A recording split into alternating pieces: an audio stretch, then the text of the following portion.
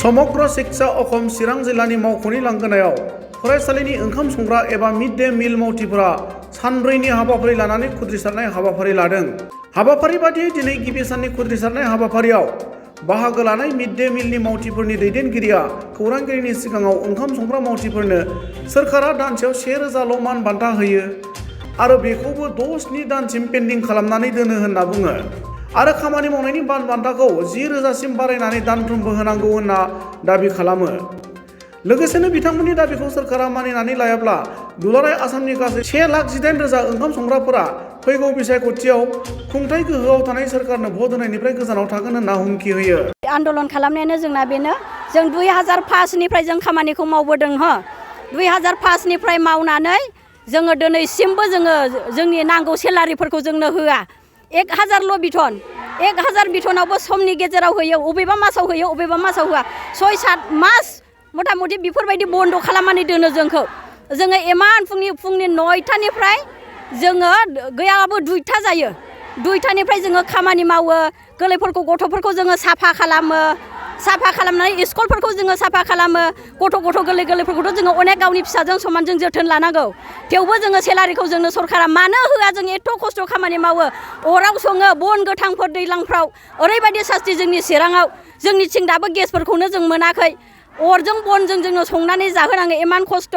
फायखाना टयलेट जोङो साफा खालामो। सरकारा जोंनो बे खामानिखौ होनानै जोंनो सेलारिखौ मानो होनो बायो? मानो होआ जोंनो? 2005निफ्रायनो जोङो खामानिखौ मावबोनानै दङ दिनैसिम।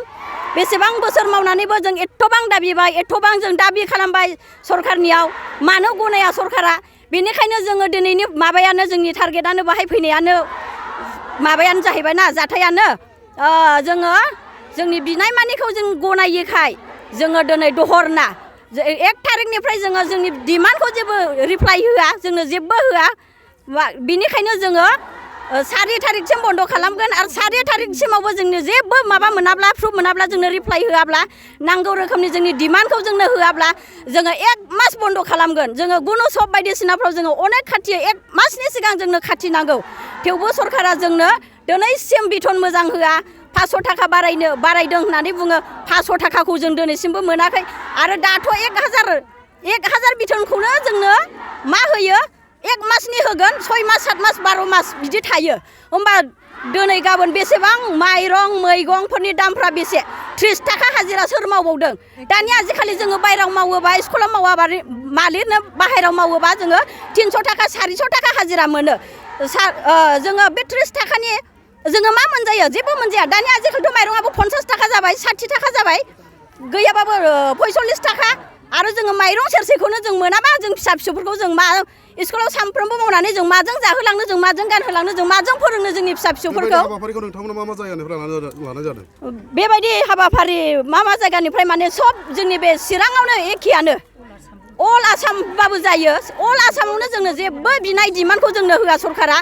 मानो गनाया? नोंथांमोननि बिनाय माखासे माबाफ्रा सालारिफ्रा बेसेबां दिननि थाखाय पेन्डिं दङ?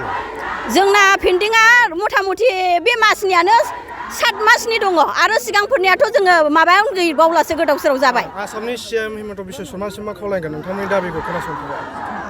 हिमन्त बिश्व शर्मानिसिम जों बुङो, जाहाथे जोंनि नांगौखिनिखौ जोङो 10,000 माहे जों बिदों, जाहाथे हिमन्त मामाया जोंनि बिनायखौ गनायो गोख्रैनो। आरो जोङो इलेक्सनाव जोङो 1,18,000 जन दङ। जों जुदिबा जोंनि बिनायखौ जोंनो होआ, जोंखौ इलेक्सनाव मोननाय नङा, सासेबो जोंखौ मोना आरो जों गनायनायबो नङा, होनायबो नङा। बेनिखायनो जोङो हिमन्त मामाखौ जों खावलायो, जोंनि बिनायखिनि माहे 10,000खौ जाहाथे जोङो मोनो। जोंनि खावलायनाया बेनो। আজি আমি 6 দফীয়া কাৰ্যসূচী হাতত লৈ পেলাই আমি আন্দোলন আৰম্ভ কৰিছোঁ আৰু আমাৰ এইখন আন্দোলন 4 দিনীয়া। 1ৰ পৰা 4 তাৰিখলৈকে আমাৰ আন্দোলন চলিব আৰু আমাৰ এই ৰন্ধন কৰ্মচাৰী যে ন্যূনতম আইন মতন আমাৰ টকা দিব লাগে, যে মাহৰ প্ৰথম সপ্তাহত দিব লাগে, সেইটো নিদে। আমাৰ 4 মাহ 5 মাহ পেণ্ডিং হৈ যায়। তাৰপিছতো আমাৰ চৰকাৰে আমাৰ ফালে আমাৰ যিখিনি পইচা পাওঁ মাত্ৰ 1000 টকা, সেই পইচাখিনি আমাক মুকলি কৰি নিদিয়ে। 5 মাহ 6 মাহ পিছত আমাক পইচাখিনি দিয়ে। তাৰে ভিতৰত ইমান দিনৰ পইচা পেণ্ডিং হোৱাৰ পিছত যেতিয়া আমাক পইচাখিনি দিয়ে, কাৰোবাৰ সোমাই আছে, কাৰোবাৰ নোসোমায়।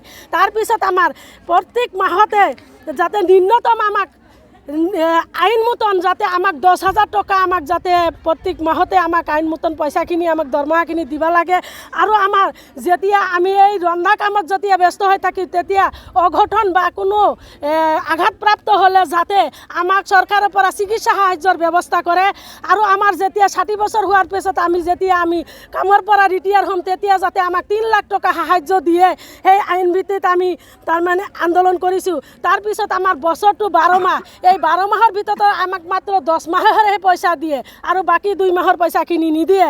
তাৰপিছত মধ্যাহ্ন ভোজন আঁচনিখন ব্যক্তিগত খণ্ড তাৰমানে অক্ষয় পাত্ৰৰ হাতত দিয়াৰ কাৰণে এই বিজেপি চৰকাৰখন যুঁজা চলাইছে যে আমি 18 বছৰৰ পৰা কাম কৰি আছোঁ, আমি যে 1,000 টকাত কাম কৰি আছোঁ, চৰকাৰে কি এইটো নাজানে নেকি? আমাৰ আজি চৰকাৰে প্ৰত্যেকখন স্কুলত যাই পেলাই ইহঁতে ল'ৰা ছোৱালীৰ লগত খাদ্য খাই আছে, ইহঁতে নাজানে নেকি কোনখন ৰান্ধনীয়ে এইবিলাক কিমান কষ্ট কৰি বনাই আছে। ইহঁতৰ বেলেগ বেলেগ ৰাজ্যত দেখা পাইছোঁ 7,000 টকা, 10,000 টকা, কোনোবা 3,000 টকা, কোনোবা ৰাজ্যত 5,000 টকা এনেকৈ দি আছে, যাতে চিকিৎসা সাহায্যৰ ব্যৱস্থা আছে। তাৰপিছত ইহঁতে কাপোৰ দুযোৰ কৰি কাপোৰ দিয়াৰ ব্যৱস্থা আছে। তাৰপিছত ইহঁতে আইন মতন পইচাখিনি দি আছে। কিন্তু আমাৰ ৰাজ্যত এই হেমন্ত বিশ্ব শৰ্মা ইয়াতে বিজেপি চৰকাৰ কিয় আমাক এই বেলেগ ৰাজ্যৰ দৰে আমাক দিব নাপাৰে? এইখন চৰকাৰক আমি সকীয়াই দি আছোঁ, আমি ধিক্কাৰ দি আছোঁ যে যদি এই আজি 4 দিনৰ কাৰ্যসূচী যদি সফল নকৰে তেনেহ'লে অহা ইলেকশ্যনত আমি অসমত 1,17,000 ৰন্ধন কৰ্মচাৰী আছোঁ, আমি তাৰ পৰিয়ালবৰ্গে সহকাৰী হিচাপে তাক আমি ভোটৰ সময়ত ইহঁতৰ এনচাৰখিনি পাই যাব যদি আমাৰ এই 4 দিনৰ কাৰ্যসূচী যদি সফলত কোনো যদি আমাৰ আশা নিদিয়ে আৰু যদি এই আশাখিনি নিদিয়ে তেনেহ'লে অহা মাহৰ ভিতৰত আমি অনশনত আমি বহিম। 1 মাহ আমি ৰান্ধা বাঢ়ি বন্ধ কৰি দি অনশনত বহিম, যেতিয়ালৈকে আমাক সিদ্ধান্ত গ্ৰহণ নকৰিব সিমান সিহঁতৰ দিন পৰ্যন্ত আমি ৰাজপথত বহি যাম। সেইটো আমি সিদ্ধান্ত লৈছোঁ।